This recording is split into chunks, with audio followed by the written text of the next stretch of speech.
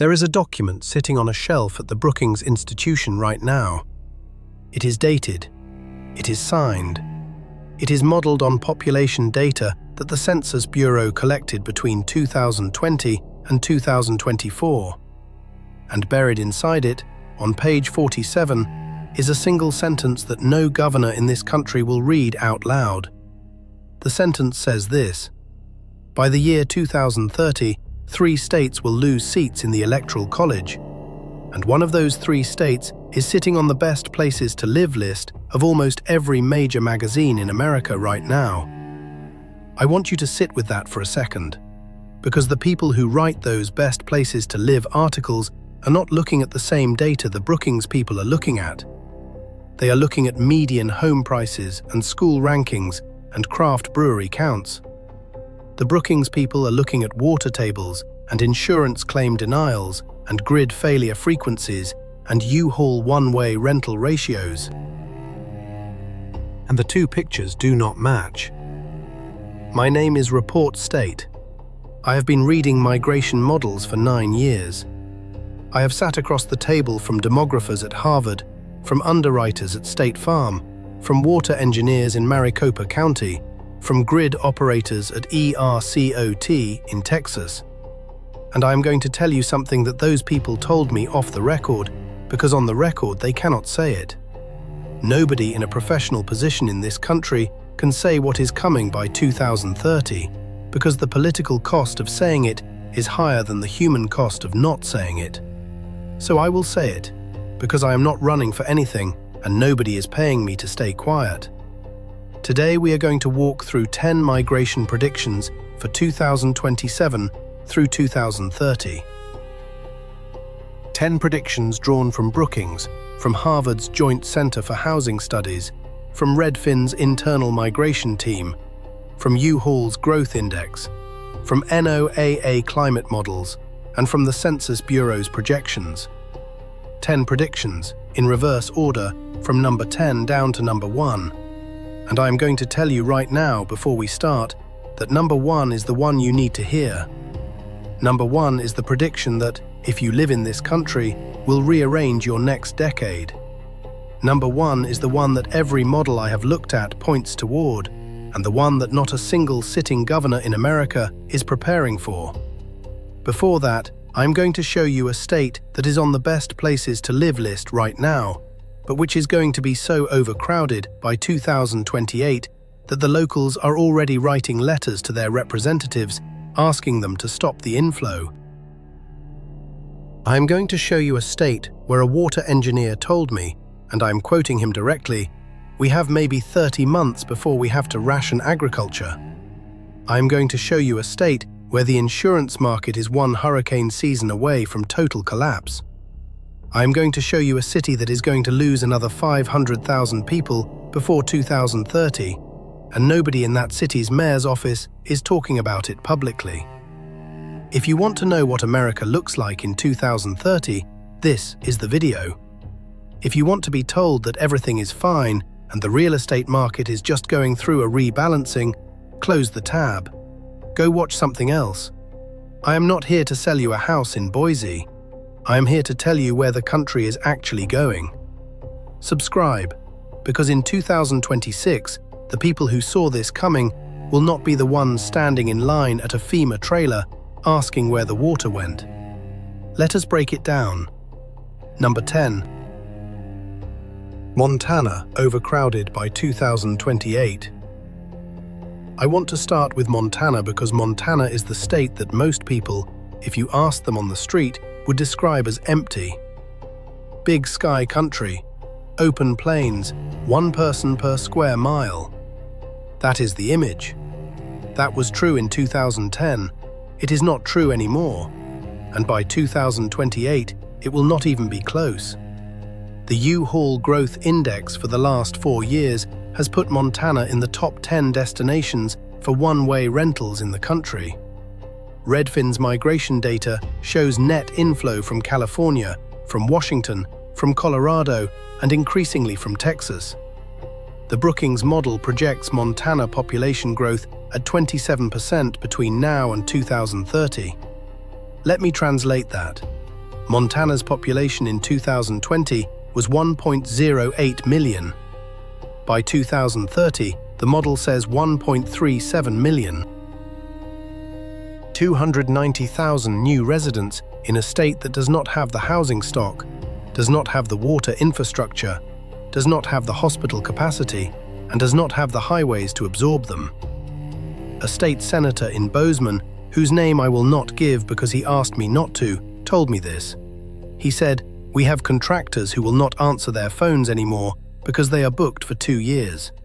He said, "We have teachers who are sleeping in their cars because they cannot find a rental under $3,000 a month."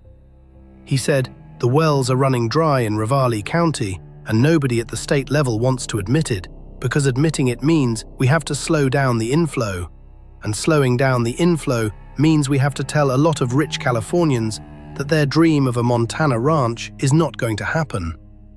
Those rich Californians vote in the elections of the representatives who are supposed to slow this down. So the representatives do not slow this down." Picture this. You moved to Bozeman in 2027 because the magazine said it was one of the best places to live. You pay $900,000 for a 3-bedroom house that was worth $300,000 in 2015. You settle in, and within 18 months, your well runs dry. The city tells you, apologetically, that the aquifer has dropped below municipal drilling levels. They offer you a connection to the city water line. That connection costs $40,000. Your neighbor, who moved in 3 months before you, is already suing the city. The city has 11 other lawsuits just like his. You look at your house, at the $900,000 you sank into it, and you realize that the best places to live list was written by a journalist in New York who had not been to Bozeman since 2019. That is the Montana prediction: overcrowded, underbuilt, and running dry. And if you think that is the worst of what Montana is facing, wait until you hear what is happening in the state right next door, where the water situation is not a prediction. It is already here. Number 9. Arizona water crisis forces exodus by 2027. Arizona is going to be the first domino. Let me explain why. The Colorado River supplies water to 40 million Americans across 7 states. Arizona gets about 36% of its water from the Colorado River. That percentage is going down every year. In 2021, the federal government declared the first ever official shortage on the Colorado River. In 2023, they did it again at a higher tier. The Bureau of Reclamation's 24-month projection, released in 2025, shows that by 2027, Arizona will face mandatory cuts to municipal water, not just agricultural water.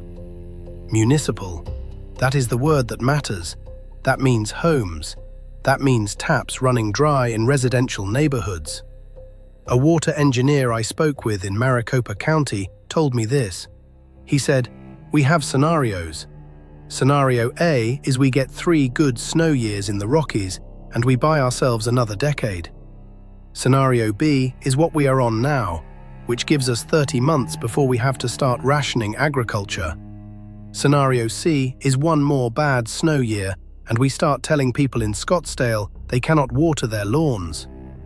Scenario C, he said, is the one the models are weighting at 60% probability." Now here is the part that nobody wants to print. Arizona's population grew by 11.9% between 2010 and 2020. Phoenix is the fastest growing major city in the United States for 4 of the last 6 years.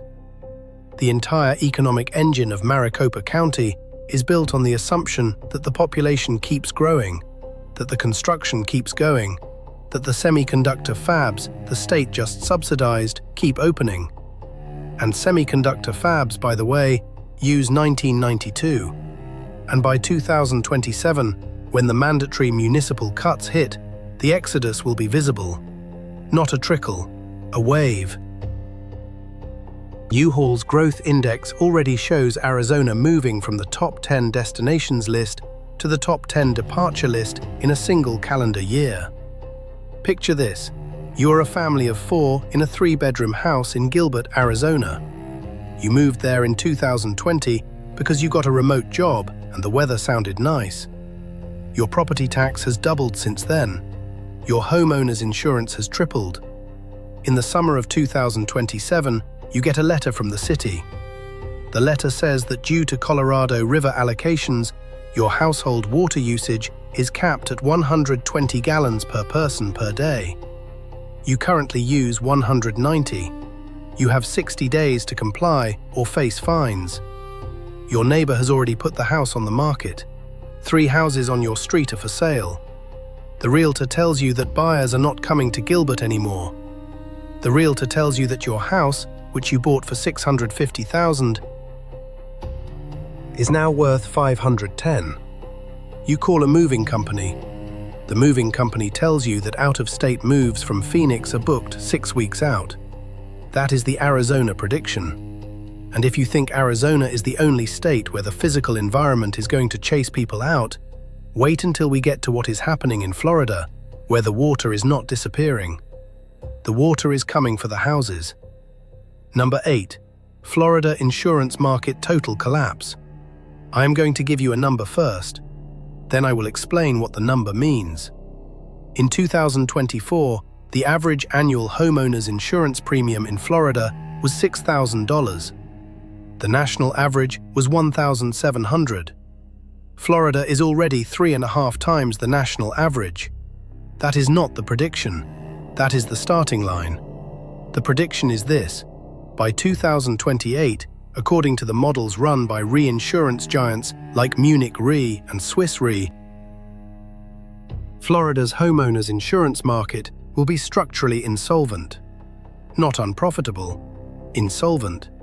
That means the amount of money being paid in premiums cannot cover the expected claim volume, even under optimistic assumptions. The state of Florida created Citizens Property Insurance as a last resort insurer. Citizens is already the largest insurer in the state.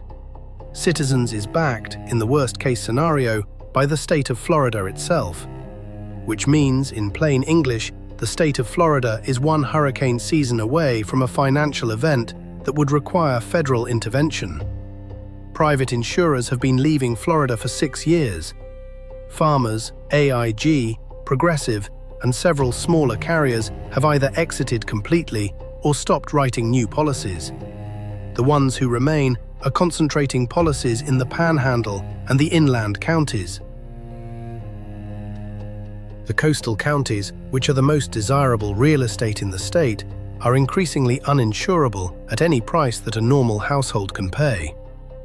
Now, when a house becomes uninsurable, it also becomes unmortgageable, because banks will not lend on an uninsured asset. And when houses become unmortgageable, the market for them collapses. Not slowly, in a matter of months. A Harvard JCHS analyst who works on coastal housing told me, off the record, this. He said, "The Florida coastal market is held together by fiat."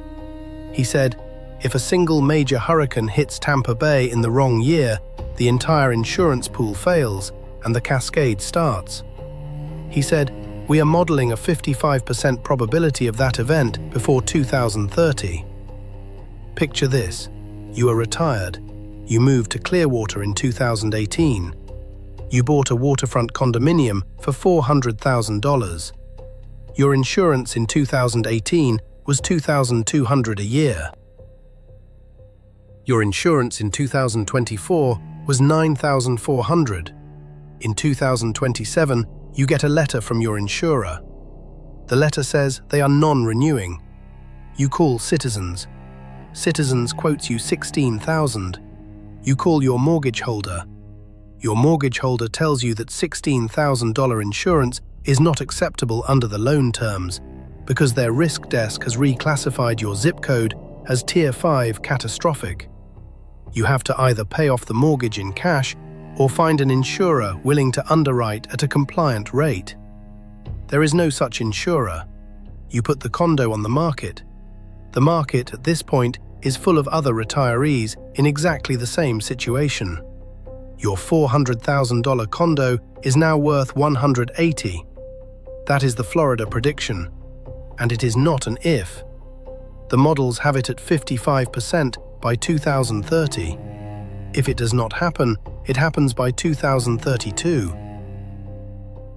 The delay does not change the outcome, but if you think Florida is the disaster, wait until we talk about what is happening in the biggest city in the country, where the exodus is not about water or wind. It is about something far more structural. Number 7. New York City loses another 500,000 by 2030. New York City's population peaked in 2019 at about 8.8 million.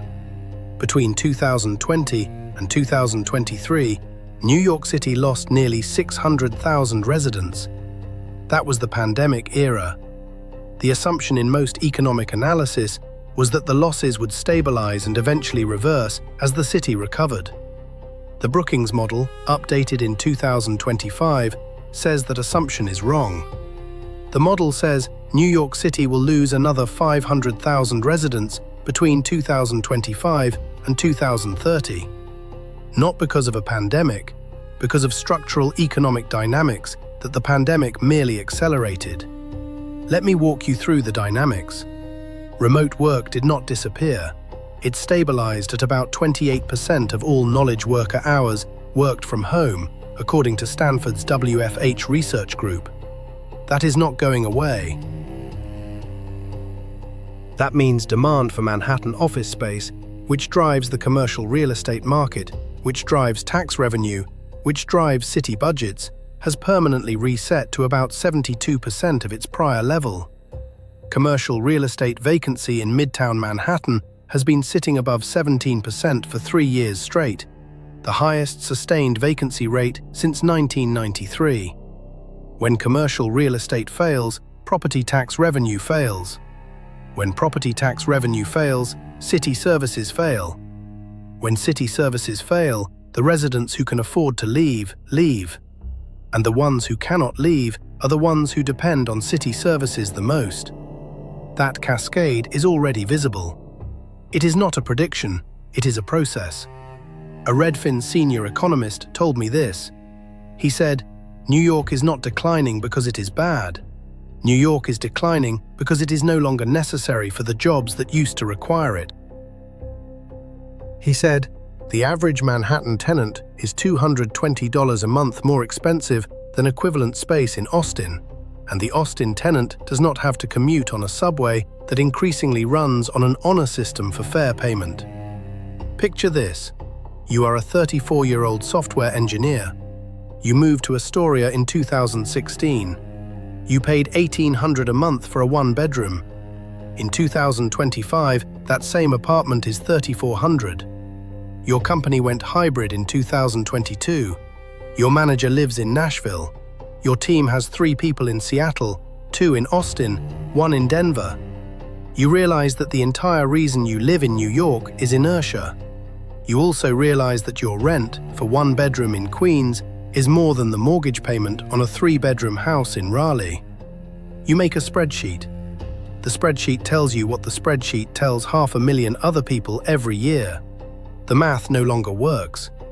You move. You do not come back. That is the New York prediction. 500,000 more by 2030. And the city's budget models are not calibrated for it. If you think losing 500,000 from the biggest city in the country is the story, wait. Because the next prediction is about a city that is not losing people slowly. It is losing people because the city itself is becoming physically unlivable. Number 6. Phoenix uninhabitable stretch by 2030. The National Oceanic and Atmospheric Administration publishes a metric called days above 100 degrees Fahrenheit. It is the single cleanest indicator we have of how habitable a place is. Phoenix, Arizona averaged 110 days above 100 degrees in the decade of 2010. In 2023, Phoenix recorded 143 such days. 54 of those days were consecutive. 54. That broke every record in continental United States weather history. The NOAA projection for Phoenix under current climate trajectory puts the annual count at 160 to 180 days above 100 degrees by 2030. Let me translate. That is roughly half the year. And within that count, the number of days above 115 degrees, which is the threshold at which normal outdoor labor becomes medically dangerous, rises from 4 days per year in 2010 to a projected 30 to 40 days by 2030. Construction cannot happen above 115. Roofers stop working. Concrete cannot be poured. Asphalt cannot be laid. The entire physical economy of a city that grew on construction stops functioning for 30 to 40 days a year, clustered in the summer. A contractor in Mesa told me this. He said, "We have already shifted our crews to 4 a.m. start times." He said, by 2028, we will be running a full night shift economy because the day shift will be medically impossible. Emergency room visits for heat-related illness in Maricopa County rose 187% between 2020 and 2024. The county coroner has recorded over 600 heat-related deaths in each of the last 2 summers. That is not a prediction, that is already the baseline. The prediction is that those numbers double by 2030. The combined effect, Arizona's water prediction from number 9 and Phoenix's heat prediction from number 6, creates a cascade. Water makes the city financially fragile. Heat makes the city physically fragile. When both fragilities compound, the migration reverses.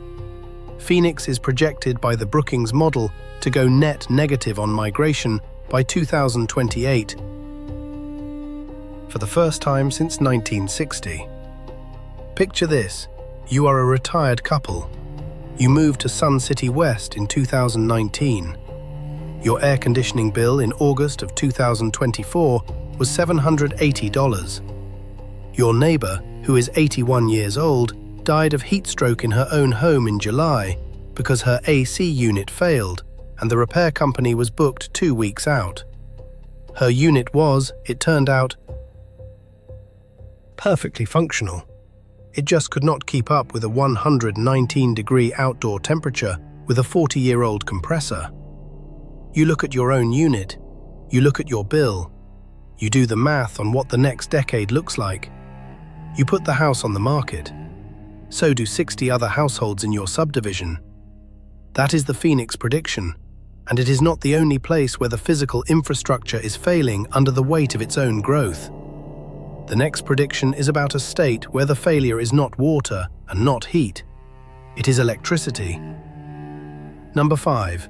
Texas grid forces partial migration by 2029. The Electric Reliability Council of Texas, known as ERCOT, manages the power grid for about 90% of the state of Texas. In February of 2021, the ERCOT grid failed during a winter storm. 246 people died. The grid came within minutes of a catastrophic, uncontrolled blackout that would have taken weeks or months to restore. That event, Winter Storm Uri, is often talked about as a 1-in-100-year event. The ERCOT's own post-event analysis, which very few people read, characterized it instead as an unmasking event. The grid, the analysis said, has been operating at the edge of capacity for a decade. Uri did not break it. Uri revealed what was already broken. Texas added roughly 4 million people between 2010 and 2020. It is projected to add another 3.8 million between 2020 and 2030. Electricity demand in ERCOT territory is projected to grow 40% by 2030, driven by population, by air conditioning load under rising summer temperatures, by data centers for artificial intelligence infrastructure, and by industrial electrification. Supply is projected to grow 14%. That is a 26% gap. A grid engineer who works in the Houston area told me this. He said, "The math on this is not hidden. The math is in every public filing. The math says we will have rolling blackouts in the summers of 2027, 2028, and 2029. He said, "We have already modeled which zip codes get cut first. We will not publish that list because if we did, property values in those zip codes would collapse overnight. When rolling blackouts become routine, when your air conditioning turns off for 4-hour blocks during 105-degree afternoons, when your freezer loses its contents twice a summer, when you cannot rely on being able to work from home because your internet is down half the day, the math of living there changes." The Redfin migration data already shows Austin slowing dramatically. Net inflow to Austin in 2022 was roughly 40,000. In 2024, it was 9,000. By 2027, under the blackout scenario, the model projects it goes negative. Picture this. You are a senior engineer. You moved to Austin in 2021 for a tech job. You bought a house in Round Rock for $600,000. In July of 2028, ERCOT implements load shedding for the third time in a month. Your neighborhood is on the outside ring, which means you get cut first. You lose power from noon to 4 in the afternoon. Your attic, under Texas summer sun, hits 145 degrees. Your home office is unusable. Your wife, who works from home as a therapist, has to cancel her afternoon patients for the 4th time this summer. You realize that the tax savings that brought you to Texas do not offset the infrastructure you no longer have. You look at Colorado. You look at the Carolinas. You list the house. That is the Texas prediction. Not everyone leaves, but enough leave to break the growth assumption that the state is built on. And while Texas is grappling with the failure of its physical infrastructure, the state that people have been fleeing for a decade is about to experience something nobody is modeling publicly. Number 4. California reversal begins by 2029. California lost population for the first time in its history in 2020. It lost again in 2021. It lost again in 2022 and 2023. Every obituary for California has been written. The general consensus in every magazine you read is that California is in permanent decline. The Brookings model and the Harvard JCHS model both disagree. They both project that California will reverse, meaning it will begin to gain population again, starting around 2029. Let me explain why they think this, because when I first saw it in the data, I did not believe it either. The people who left California left for 2 reasons: cost and ideology. The cost group went to Texas, Arizona, Nevada, and Idaho. The ideology group went to Florida and Tennessee. Now look at what is happening to those destinations using the predictions I have just laid out. Texas is facing a grid crisis. Arizona is facing a water crisis. Florida is facing an insurance crisis. Phoenix is facing a heat crisis. Idaho is facing, as we will see in the next prediction, a bubble collapse. California, meanwhile, has 3 things it did not have in 2020. It has a housing crisis that the state legislature has finally started to address, with meaningful upzoning legislation that is projected to add between 600,000 and 1 million new housing units by 2030. It has, according to the California Energy Commission, the most stable and most rapidly expanding grid in the continental United States.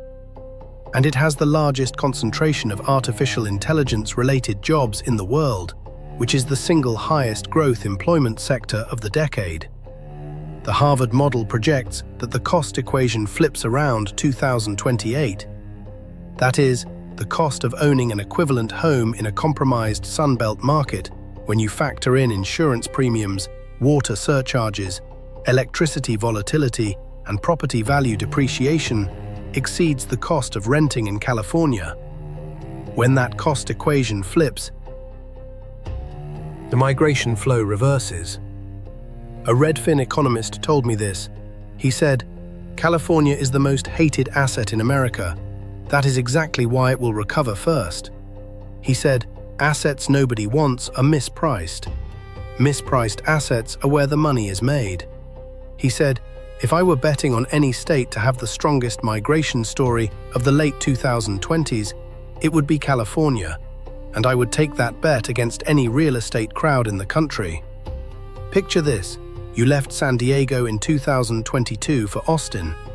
You hated the California taxes. You loved the Texas freedom. By 2028, your insurance in Round Rock has tripled. Your grid is failing. Your property value is flat. And the schools your kids attend are underfunded because the tax revenue model Texas relies on is breaking under the weight of population growth. Your San Diego friend, who stayed, is now paying $3,000 a month in rent for a house that would cost her $7,000 a month in mortgage and insurance in Austin. She has no property tax to worry about. Her kids are in a well-funded school. Her power has not gone out once. You look at her life. You start looking at listings back home. That is the California reversal. It will not be loud. It will not make headlines. It will be quiet, and it will be visible in the data first. By the time it makes the magazines, it will already be 2 years underway. And while California quietly reverses, the state that was supposed to be the dream of the 2020s is about to face its reckoning. Number 3. Idaho bubble bursts by 2028. Idaho was the fastest growing state in America by percentage for 4 consecutive years, from 2019 to 2022. Boise went from a sleepy capital city to the most talked about migration destination in the country. Home values in Ada County tripled between 2015 and 2022. Here is the problem. Idaho's economic base did not triple. Idaho's wages did not triple. Idaho's infrastructure did not triple. What tripled was the inflow of capital from California, from Washington, and from Texas. People selling high and buying low, and pricing locals out of their own market. By 2024, the median home price in Boise was 7 times the median household income. The historical healthy ratio is 3. A ratio of 7 is the kind of ratio you saw in Phoenix, Las Vegas, and inland California in 2006, just before the 2008 crash. The U-Haul Growth Index data, which is one of the cleanest real-time signals we have on migration, shows Idaho's inflow peaked in 2021. It has been declining for 3 consecutive years. Redfin's outbound search data shows that searches from Idaho to other states for homeowners looking to sell and leave rose 61% in 2024 alone. A realtor in Coeur d'Alene told me this. He said, "The out-of-state money has stopped." He said, "The inventory is building." He said, "If you list a 3-bedroom today in the 800,000 range, you are looking at 90 days on market, then a price cut, then another 30 days, then a second price cut." He said, "We are 6 to 12 months away from the word crash being in the local paper." Picture this.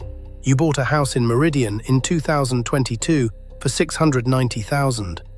You put $200,000 down. In 2027, the same house down the street is selling for $520,000. You are underwater by $170,000 on paper. The local economy, which was built on construction and on inbound migration, is laying off. Your neighbor lists his house. It sits for 4 months. He cuts the price.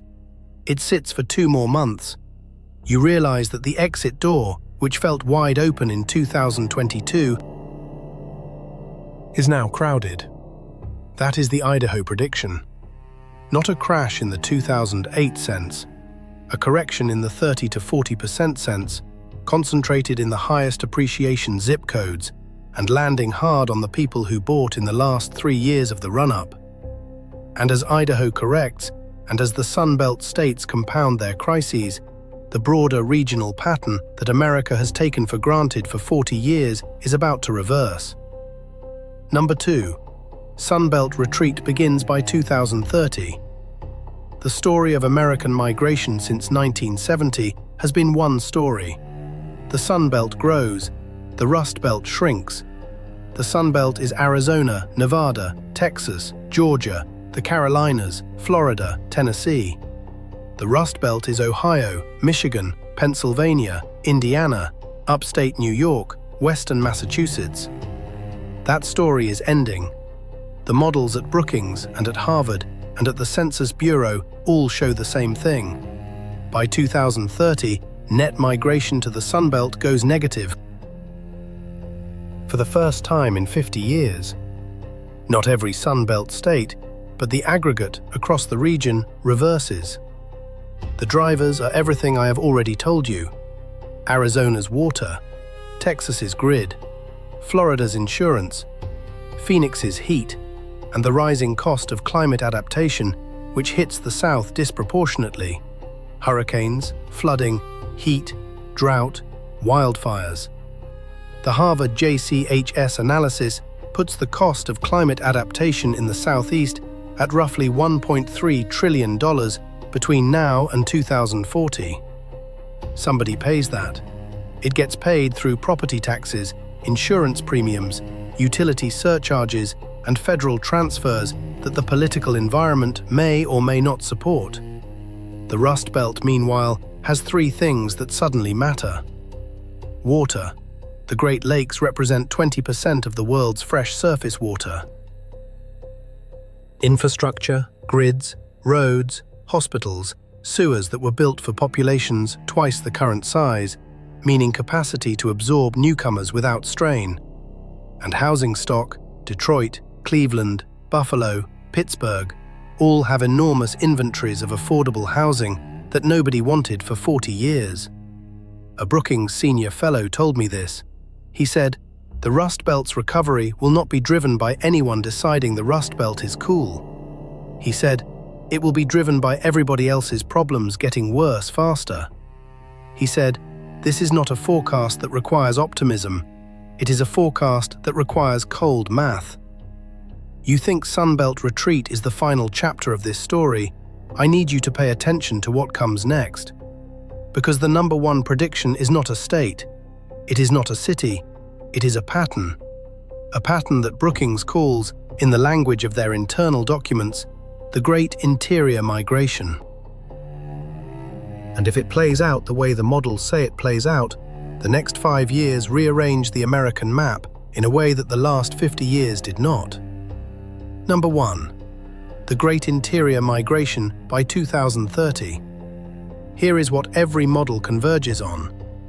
Between 2027 and 2032, the dominant migration pattern in the United States shifts from coastal and sunward to inward and northward. The new gravity is in the interior and upper Midwest. Minneapolis, Madison, Milwaukee, Columbus, Indianapolis, Pittsburgh, Buffalo, Cleveland, Louisville, Kansas City, Omaha, Des Moines. These are cities that have been flat or shrinking for 40 years. These are cities with water, with grid, with housing stock, with infrastructure built for populations they no longer have. These are cities with median home prices between $180,000 and $300,000, which is half to a third of what equivalent homes cost in any Sunbelt city. These are cities with winters, which is the one thing people in the year 2030 will stop complaining about, because winters are survivable and 120-degree summers increasingly are not. The Brookings model projects that by 2030, Minneapolis, Indianapolis, and Columbus will all be in the top 15 destinations for net domestic migration for the first time since the 1950s. Pittsburgh and Buffalo, which have been synonymous with population decline for 2 generations, are projected to be net positive by 2029. Detroit's metropolitan area, which lost over 1 million people between 1950 and 2010, is projected to stabilize and begin growing by 2028.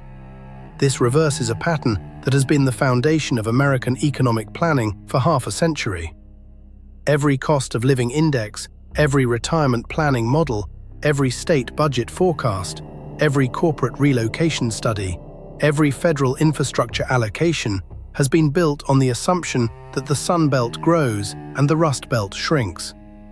All of it is miscalibrated. A Harvard demographer told me this. He said, "We are about to see the largest involuntary redistribution of Americans in 100 years. He said, "It will not look like the Dust Bowl because it will be spread over 5 to 10 years instead of 2. He said, "But the aggregate number of people who will move because their current location is becoming economically or physically untenable is in the range of 12 to 18 million. He said, "The federal government is not ready, the state governments are not ready, the housing markets are not ready, and the cultural conversation is not even aware it is happening." Call back to everything we have covered. Montana gets overcrowded. Arizona runs out of water. Florida's insurance fails. New York keeps shrinking. Phoenix becomes uninhabitable. Texas's grid breaks. California reverses. Idaho corrects. The Sun Belt retreats. Every one of those is a vector, and every one of those vectors points, in aggregate, at the same place. The interior, the upper Midwest, the Great Lakes Basin, the places the brochures ignored for 2 generations. Picture this. The year is 2030. You are 50 years old. You spent the 2020s in Phoenix, then Austin, then Boise, trying to outrun cost and climate. Each move cost you equity, cost you community, cost you stability. You are tired. A friend of yours from college who never left Cleveland sends you a photo of her backyard in early October. The trees are turning. The lake is visible at the end of the block. Her house cost her $240,000. Her insurance is $900 a year. Her power has gone out twice in the last decade, both times for under 4 hours. Her kids go to a well-funded public school. You look at the photo. You open a browser. You search for houses in Cleveland Heights. You are not the only one. That is the top 10. That is where the country is going, according to the data, according to the models, according to the people whose jobs depend on getting this right, but whose jobs also depend on not saying it out loud. If you think I am wrong, send me the data that says so. I will read it. I will respond to it. I have been reading migration models for 9 years, and I have yet to find a model next report. I'm going to do something different. I'm going to pick one state, one I did not cover tonight, and I'm going to tell you why that state is the single most important place to understand before 2026 ends. It is not a state anyone is talking about. It is not Texas. It is not Florida. It is not California. It is a state that, by every model I am reading, is about to go from background character to main character in a matter of months. If you want to know which one, be here next week. America is not ending. America is rearranging. And the people who read the map correctly, as they always have in this country's history, will be the ones standing on dry ground when the tide goes out. This has been Report State. Read the numbers, trust the numbers, plan around the numbers, and when somebody tells you the best places to live list, ask them one question. Ask them when the list was written, and ask them whether the person who wrote it has been there since. Good night.